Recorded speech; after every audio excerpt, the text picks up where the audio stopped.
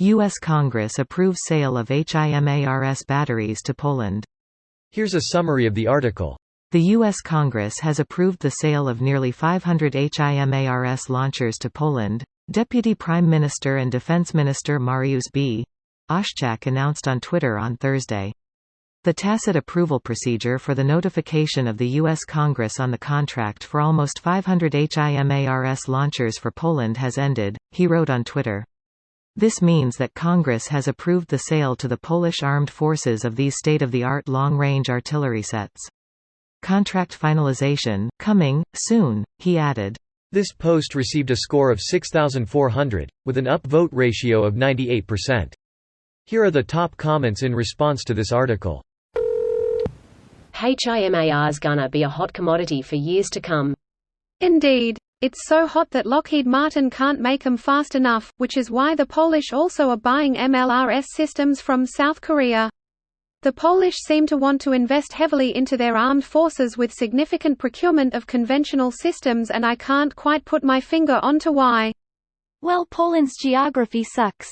That's why they need such a large conventional force if Russia really wanted to play WW3.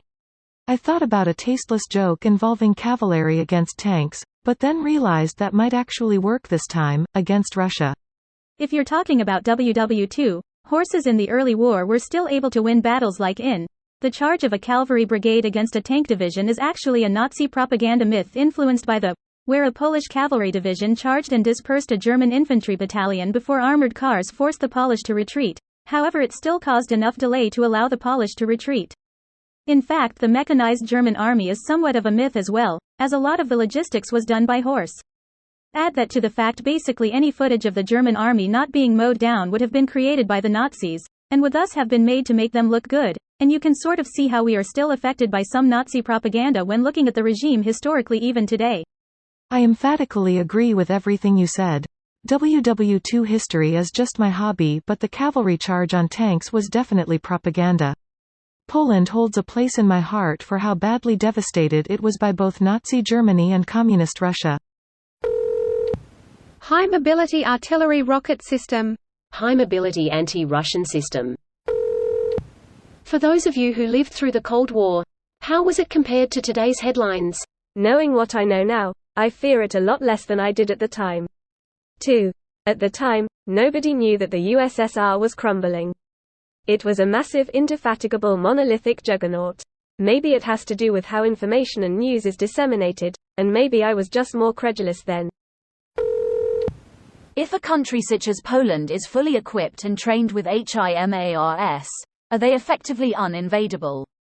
It seems like a half-dozen HIMARS givens to Ukraine 6 months post-invasion completely wrecked the Russian forces.